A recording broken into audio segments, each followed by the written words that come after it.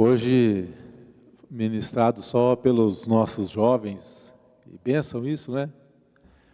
Uma geração que Deus está levantando de novos ministros de louvor. Isso mostra que a igreja não está morrendo não, né? A igreja continua. Deus continua levantando os seus remanescentes. Louvado seja o nome do Senhor, pela vida dos nossos jovens. Ao Senhor Deus toda a honra, toda a glória, todo o louvor.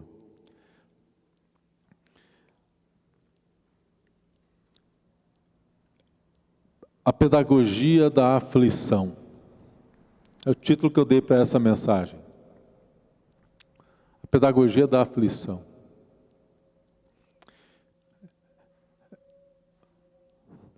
Nosso texto de provocação para a mensagem dessa noite é Romanos 8, 28.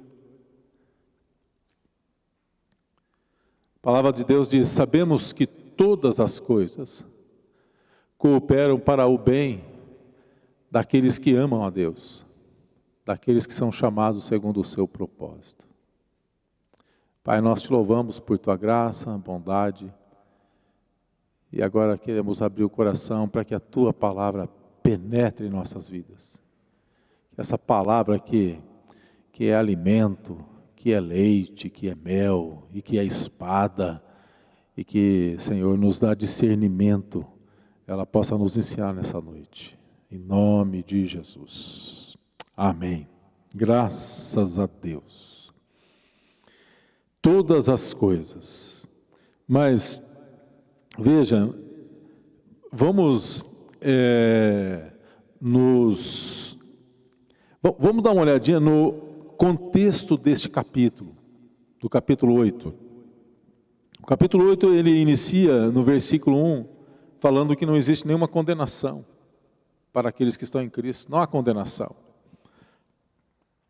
Depois fala da filiação, e a partir do verso 17, o apóstolo Paulo, ele vai dizer o seguinte, ele diz que nós somos filhos, herdeiros de Deus, co-herdeiros com Cristo, e se com Ele sofremos, também com Ele seremos glorificados. Esse é um dos textos que mais fala sobre sofrimento. No verso 18 diz: porque para mim tenho por certo que os sofrimentos do tempo presente não se podem comparar com a glória que há de ser revelada em nós. No verso 22 diz: porque sabemos que toda a criação a um só tempo geme e suporta angústia até agora. No verso 23 diz: e não somente ela, mas também nós que temos as primícias do Espírito, igualmente gememos em nosso íntimo, aguardando a adoção, né? A manifestação, a redenção do corpo. No verso 26, veja que você não está sozinho, também o Espírito Santo semelhantemente nos assiste nas nossas fraquezas, porque não sabemos orar como convém, e o próprio Espírito intercede com gemidos inexprimíveis. Verso 31, o apóstolo Paulo então faz uma pergunta: que diremos à vista destas coisas?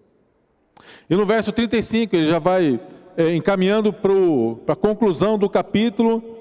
Ele diz: quem nos separará do amor de Jesus? Será que a tribulação, a angústia, a perseguição, a fome, a nudez, o perigo, a espada? Somos entregues à morte, o apóstolo Paulo diz, considerados ovelhas para o matadouro. E no verso 38 ele tem uma forte convicção. Ele diz: porque eu estou bem certo que nem a morte, nem a vida, nem os anjos, nem os principados, nem as coisas do presente ou do porvir, ou os poderes, ou a altura, ou profundidade, ou qualquer outra criatura poderá separar-nos do amor de Deus que está em Cristo Jesus. Nada pode nos separar do Senhor. Então, esse é o texto da nossa provocação, né? E então Paulo vai dizer: sabemos que tudo coopera. Tem até uma música do Fernandinho que fala, e todas as coisas cooperam para o bem daqueles que te amam. E a gente canta isso com todo entusiasmo, com toda empolgação. E muitas vezes você já cantou essa canção? Eu já cantei essa canção? E será que nós lembramos do contexto em que ela está inserida? No contexto de aflição, num contexto de dor, num contexto de sofrimento? Porque quando diz todas as coisas, nós precisamos entender que estão incluídas todas as coisas boas, mas todas as coisas que nos aborrecem e que não consideramos tão boas. Ninguém quer passar por aflição, ninguém quer passar por enfermidade, ninguém quer passar por problema financeiro, ninguém quer passar com problema de relacionamento com o filho, com o cônjuge, ninguém quer passar esses problemas, mas eles existem e eles estão aí. E a pergunta que precisamos fazer é, uma vez que tudo coopera para o bem, como é que Deus usa a aflição para o nosso bem? Como que a aflição pode cooperar? Então, eu quero compartilhar aqui brevemente 4 razões pela qual Deus usa as aflições para o nosso bem. Essa, na verdade, é uma palavra para que a gente possa refletir um pouco sobre os sofrimentos, aflições. Existem diversos tipos de sofrimento, né? Pessoas que estão sofrendo porque tem perseguição no trabalho, pessoas que sofrem porque estão distantes dos seus queridos. Por exemplo, minha filha está lá longe, na Argentina, mandando frio para nós aqui, né? Porque de lá que vem frio, graças a Deus. Hoje é dia 30, né? Daqui 2 semanas a gente vai poder se ver, matar a saudade, se abraçar, chorar junto. Depois vem a despedida, né? Então, tantas coisas que podem gerar aflição no nosso coração. Como que essas coisas, elas podem cooperar para o nosso bem? Então, veja, nós cremos, em primeiro lugar, que a palavra de Deus usa as aflições para nos tornar e nos manter humildes. Humildes. O que é ser humilde? Humilde é reconhecer que não somos autossuficientes. E por não sermos autossuficientes, por não estarmos no controle de tudo, nós precisamos reconhecer que nós precisamos de Deus. Ser humilde é reconhecer que nós não somos tão bons como a gente às vezes pensa que é. Então reconhecer que Deus está no controle de todas as coisas, isso é humildade. E que nós somos fracos, limitados, pecadores, o bem que queremos, muitas vezes nós não conseguimos perseverar nele, falhamos, o mal que aborrecemos, estamos constantemente caindo nele. Então nós precisamos, essas aflições nos servem para mostrar. Paulo fala, foi-me dado um espinho na carne devido às grandezas das revelações. Quando Paulo se achava, né, e Deus mostra para ele, olha, lembra aí quem você é, viu? Quando Paulo ele se levanta e fala para Barnabé, não, João não vai com nós, João Marcos não vai não, ele foi frouxo lá, né, deixou nós sozinhos e tudo mais.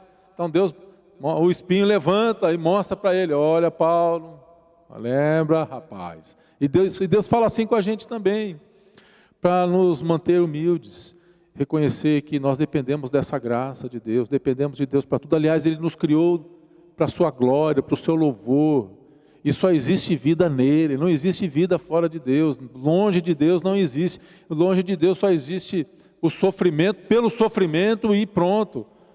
Mas com Deus, o sofrimento é pedagógico, Ele nos ensina. Quando o povo sai do Egito, está lá registrado em Deuteronômio, capítulo 8, verso 15 a 17, convido você a acompanhar a leitura. Veja o que o Senhor Deus diz acerca do seu povo. Ele diz, que te conduziu por aquele 8:15, verso 15, primeiro. Que te conduziu por aquele grande e terrível deserto, de serpentes abrasadoras. Olha para onde que Deus manda o povo, gente. Escorpiões, secura, não tinha água, né? Onde não havia água, onde fez sair água da pedeneira, ou seja, brotou água da rocha, né? E que no deserto sustentou com maná, seus pais não conheciam maná, mas por quê? Para te humilhar, para te provar. e afinal te fazer bem.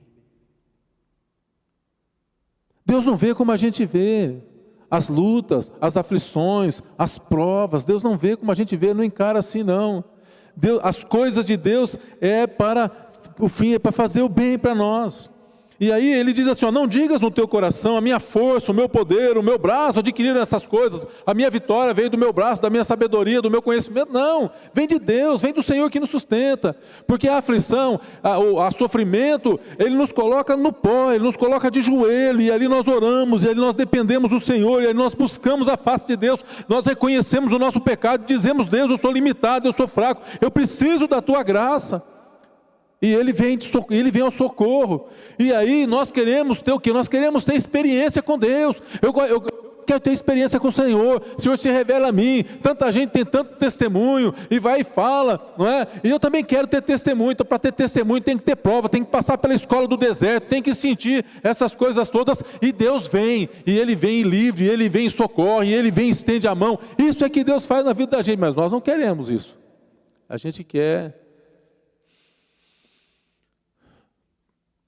Tem uma frase, já devo ter dito essa frase aqui, tem uma frase do idealizador da cidade de Dubai, que ele diz assim, o meu pai andava de camelo,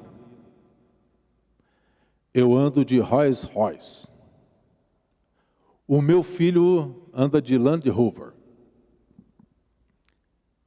talvez o meu neto vai andar de Land Rover, mas o meu bisneto provavelmente vai voltar a andar de camelo. Porque meu pai, ele viveu e cresceu num tempo difícil. E tempos difíceis, ou seja, lutas, aflições, forjam homens fortes. E homens fortes, por sua vez, forjam tempos fáceis. Constroem tempos fáceis para os seus filhos. E tempos fáceis forjam homens fracos. E homens fracos forjam tempos difíceis. Percebe que é uma roda cíclica? Não é? Abraão, sai da sua parentela. Sai do meio da tua terra, vem para o lugar que eu quero te mostrar. Que difícil para esse homem. Sai ele, pega a tua esposa, mas se tornou um homem forte. Isaac, tudo que o pai tinha, gozou do pai. Um homem que viveu em tempos fáceis, e o homem que herdou isso do pai. Aí vem Jacó, que precisa lutar de novo, mão na frente, outra atrás e tudo mais. É um ciclo natural na vida da gente. Então Deus permite que situações difíceis, eles vêm para que a gente possa reconhecer que Deus é que está no controle das nossas vidas, para o nosso bem, né? Humildade é submeter a nossa vontade à vontade do Senhor, né? A aflição não só faz o verdadeiro crente se humilhar, como ele conserva o crente humilde. Jesus diz em João 16:33, essas coisas vos tenho dito para que tenham paz em mim. No mundo vocês vão passar por aflições, mas tende bom ânimo. Eu venci o mundo. Então, em primeiro lugar, Deus usa as aflições para nos tornar pessoas mais humildes. Em segundo lugar, Deus usa as aflições para o nosso crescimento. Crescimento. Algumas plantas, elas só frutificam quando são podadas, né? A uva, videira e uva é a mesma coisa? Não, vide, né? Tá bom, é que eu estou confundindo com a oliveira, né? É a vide. Não tem que ser podada? Tem que ser podada, precisa ali, não é? E aí... ou seja, é uma poda que, de certa forma, produz um certo tipo de sofrimento ali para a planta, acaba redundando em crescimento. O crente é da mesma forma, Deus usa a aflição para promover crescimento espiritual.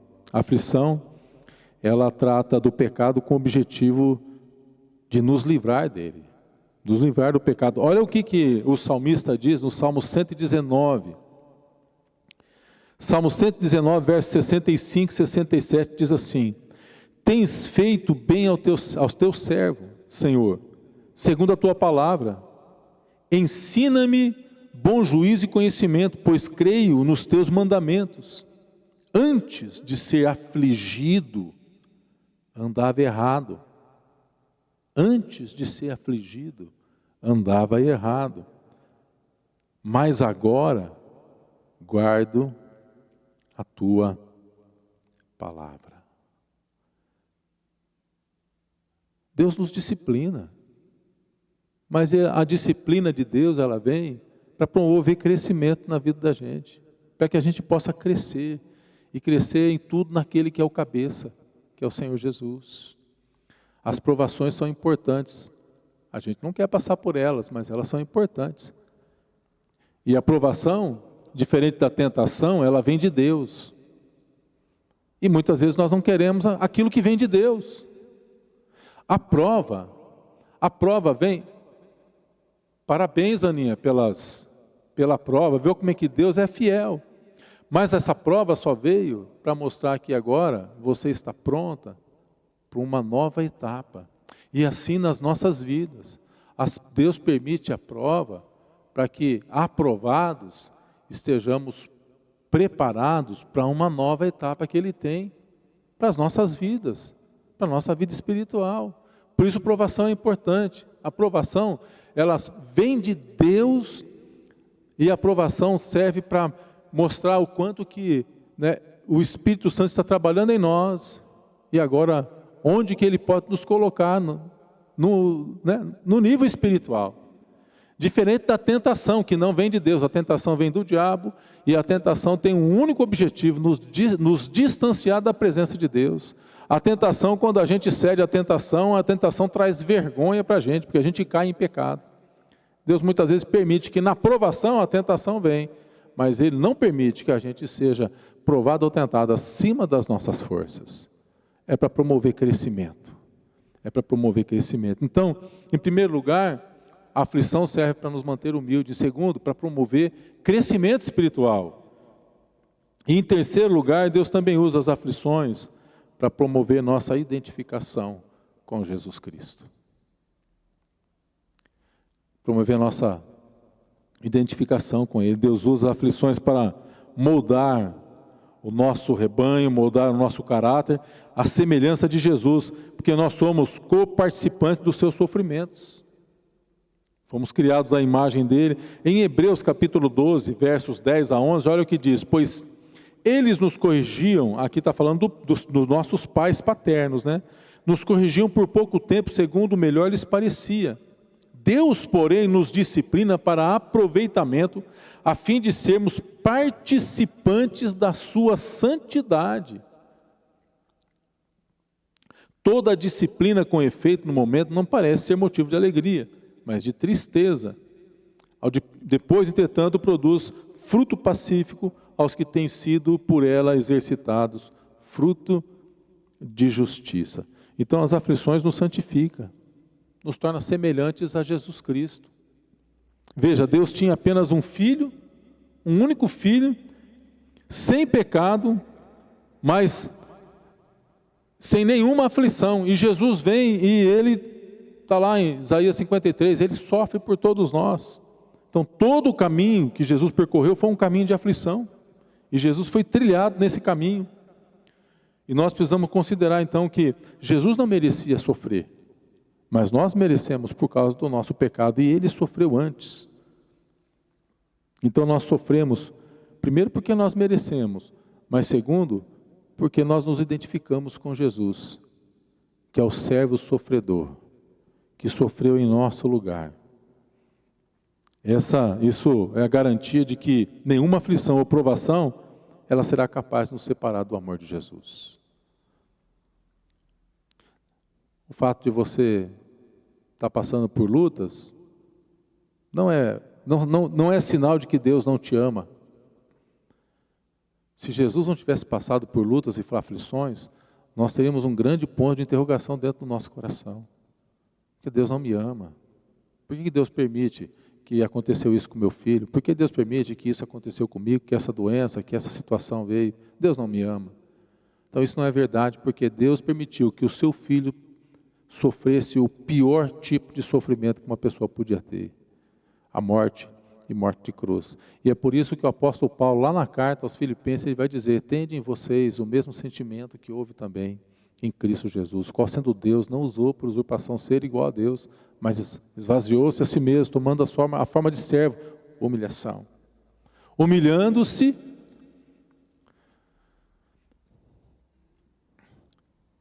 Deus também o exaltou sobremaneira, acima de todas as coisas, para que ao nome de Jesus todo joelho se dobre nos céus, na terra, debaixo da terra. Então, na aflição, o povo de Deus experimenta, muitas vezes, refrigério, porque é ali que o Senhor, é ali que a gente tem experiência com Ele, que Ele vem, o Consolador, o Espírito Santo, Ele vem e nos consola. E Paulo vai dizer, certo, lá na segunda carta aos Coríntios, capítulo 12, versos de 8 a 10, olha o que ele diz, o apóstolo Paulo. Ele diz: por causa disso, 3 vezes pedi ao Senhor que o afastasse de mim. Paulo está falando sobre o espinho na carne. Então ele me disse: a minha graça te basta, porque o poder se aperfeiçoa na fraqueza. E aí Paulo então vai dizer: de boa vontade, pois mais me gloriarei nas fraquezas, para que sobre mim repouse o poder de Cristo. Pelo que sinto prazer nas fraquezas, nas injúrias, nas necessidades, nas perseguições, nas angústias, por amor de Cristo, porque quando sou fraco, então é que sou forte. Eu não creio que Paulo tinha prazer nas fraquezas, não. Mas é que a fraqueza, as injúrias, o levava para mais perto de Deus. Para mais perto de Deus. Levava a confessar o seu pecado e reconhecer a sua dependência do Senhor. Quando nós cantamos aquele hino, mais perto eu quero estar de ti, Senhor, ainda que seja a morte. Reconhecimento de que a presença do Senhor nos consola na nossa fraqueza. Por isso Paulo diz, como que pode, quando eu sou fraco é que eu sou forte? Porque quando eu sou forte, eu procuro resolver as coisas na minha capacidade, no meu conhecimento, através da minha influência, através de uma ligação, através de uma mensagem de WhatsApp, porque eu tenho força, eu tenho influência. Conheço pessoas que podem mexer, os pauzinhos que podem influenciar. Então eu tenho, mas quando eu sou fraco, quando eu não tenho nada disso, então eu conto com o poder sobrenatural do Senhor. Conversando esses dias com o irmão Roberto, aqui no pátio, todo mundo conhece o Roberto, né? Que é uma peça, né? E é uma peça de inspiração para a gente, né? Roberto. Ô Roberto, ele está assistindo de casa lá? Ele estava testemunhando, né? Os irmãos passando por luta, por isso e por aquilo, e tem o Roberto tem cada tirada, que eu não vou nem lembrar o que ele falou, mas o irmão tem lá o plano de saúde tal, o outro tem o plano de saúde tal, ele tem o plano de saúde dele, é o plano de Jesus, né?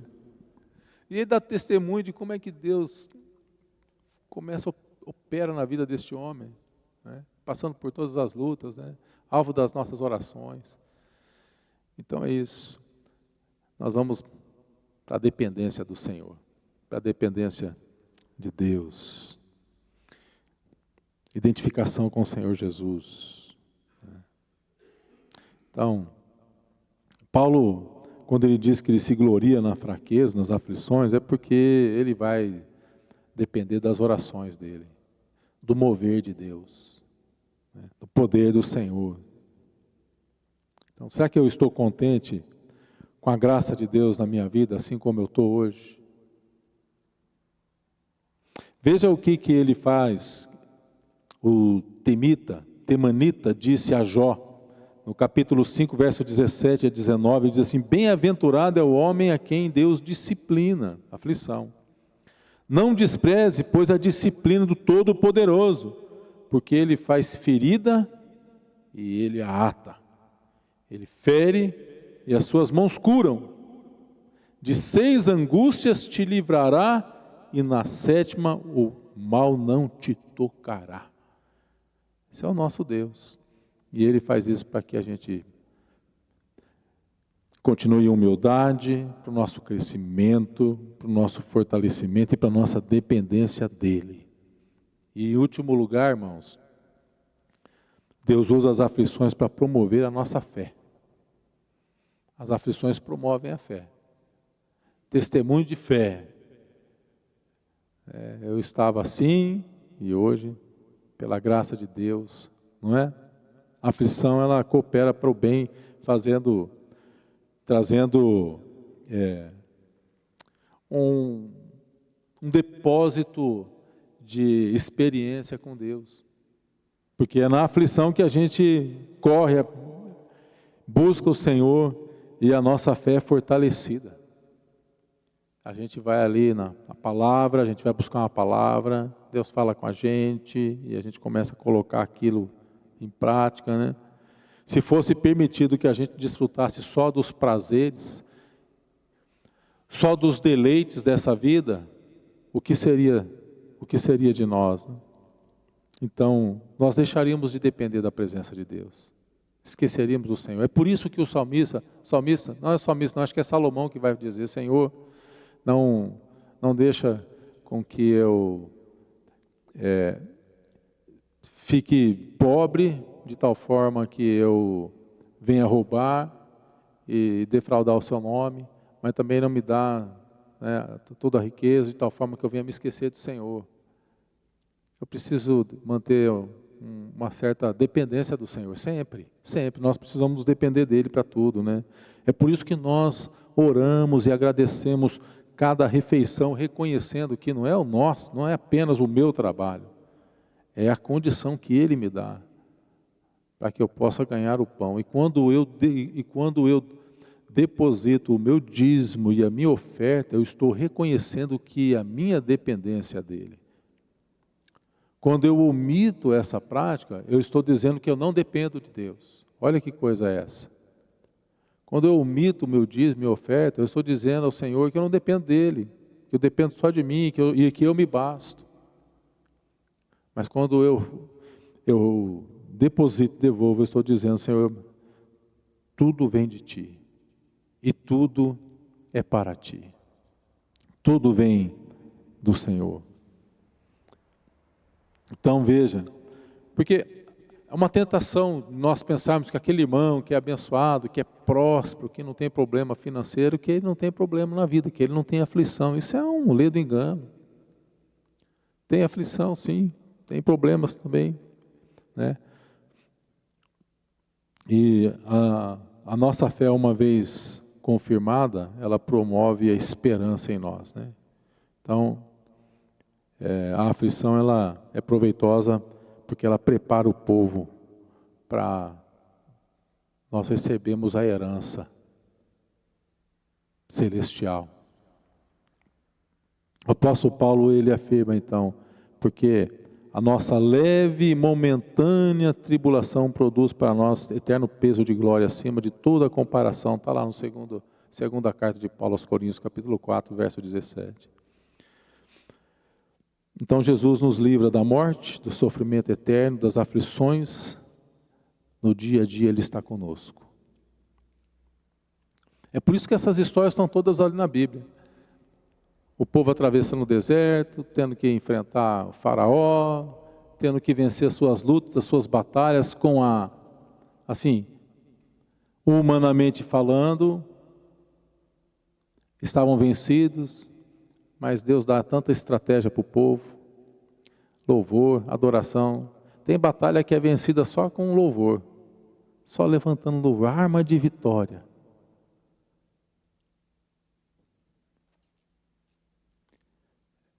Quando Josafá recebe carta de afronta, ele reconhece que o seu exército é pequeno, perto dos assírios. Deus fala assim, essa luta, essa batalha é minha. Coloca o sacerdote lá na frente, coloca a arca lá, levanta o louvor, começa a adorar. E aí Deus coloca emboscada. E quando Deus fala umas coisas assim com a gente começa a ver Deus mudando as coisas. Gente, não acredito. Não, temos que acreditar. É Deus que está fazendo. É Deus que está operando. Ele é Deus de milagre. Ele é o mesmo hoje. Sempre será o mesmo Deus. Sempre será o mesmo Senhor. Que tem prazer em operar nas nossas vidas. Então veja, talvez você esteja passando por alguma luta e não entende. E você tem todo o direito de chegar diante de Deus e perguntar por quê, Senhor? Pode perguntar, não tenha medo de questionar Deus. Quem que é de manhã? De manhã a Cleide estava dizendo, né? Lutando com Deus. Percebe, hein?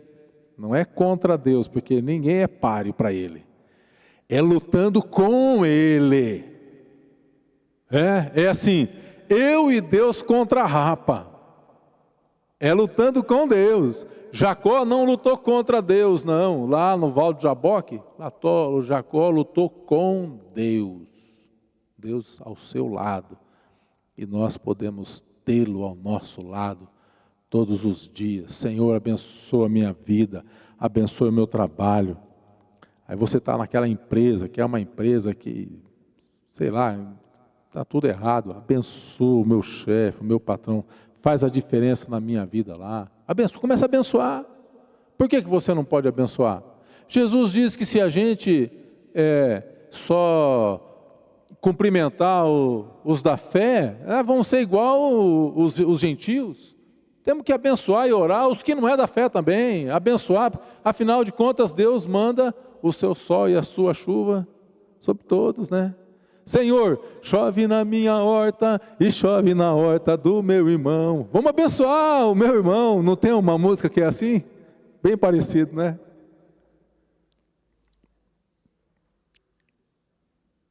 Tem coisas que a gente não entende. É igual o relógio de antigamente. Não o relógio de hoje, né, que é uma bateriazinha ali, mas o relógio de antigamente, cheio de engrenagens, né? Umas pequenas, outras maiores, uma gira para cá, a outra gira para lá. A gente não entende lá dentro nada daquilo lá. Mas o ponteiro está sempre nos dando o tempo certo.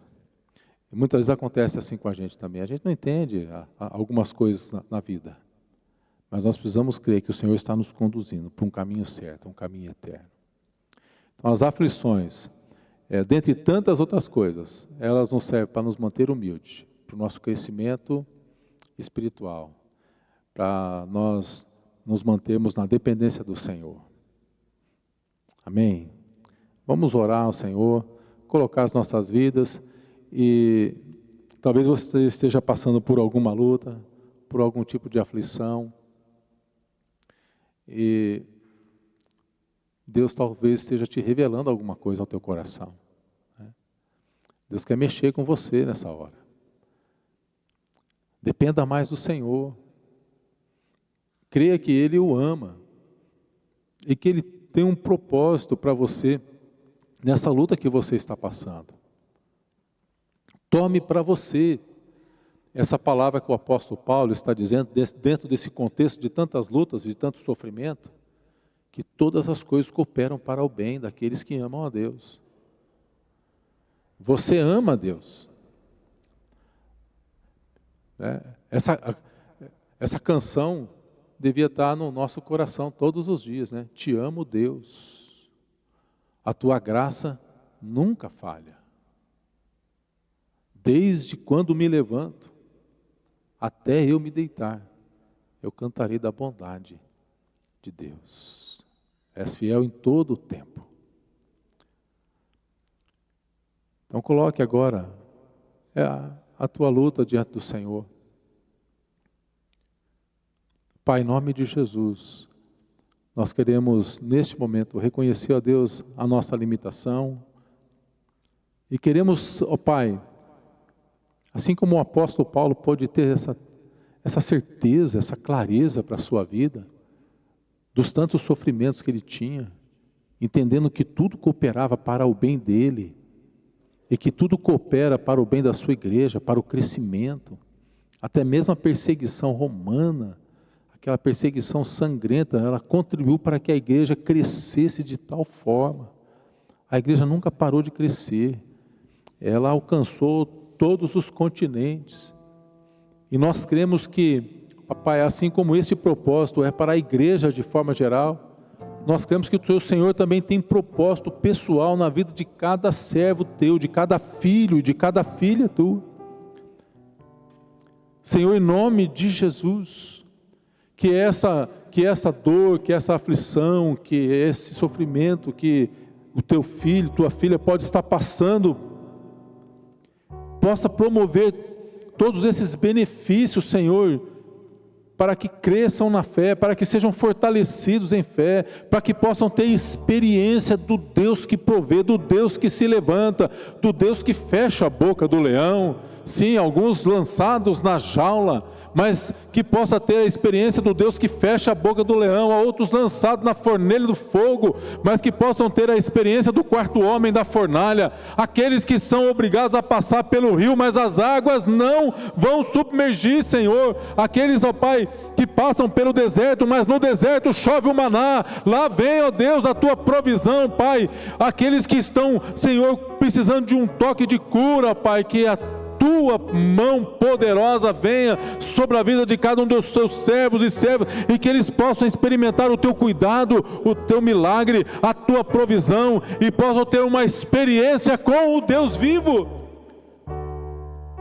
Faça isso, ó Pai, no meio da tua igreja, e faça isso na vida de cada irmão e de cada irmã, Senhor, para que possam ter, ó Deus, a certeza do cuidado, do teu amor, da tua graça e da tua fidelidade sobre a vida deles, ó Pai.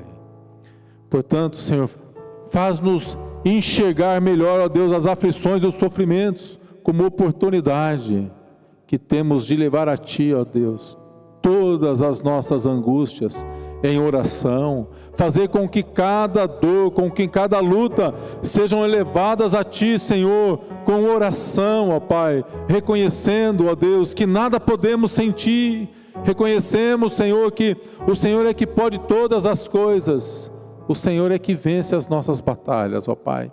Pela fé, nós entregamos tudo a Ti, Senhor, e pela fé nós podemos testemunhar o Deus vivo, dando ordem aos seus anjos e promovendo livramento a cada um dos seus filhos e filhas. Nós profetizamos essa revelação e essa convicção no coração de cada irmão e de cada irmã, Senhor.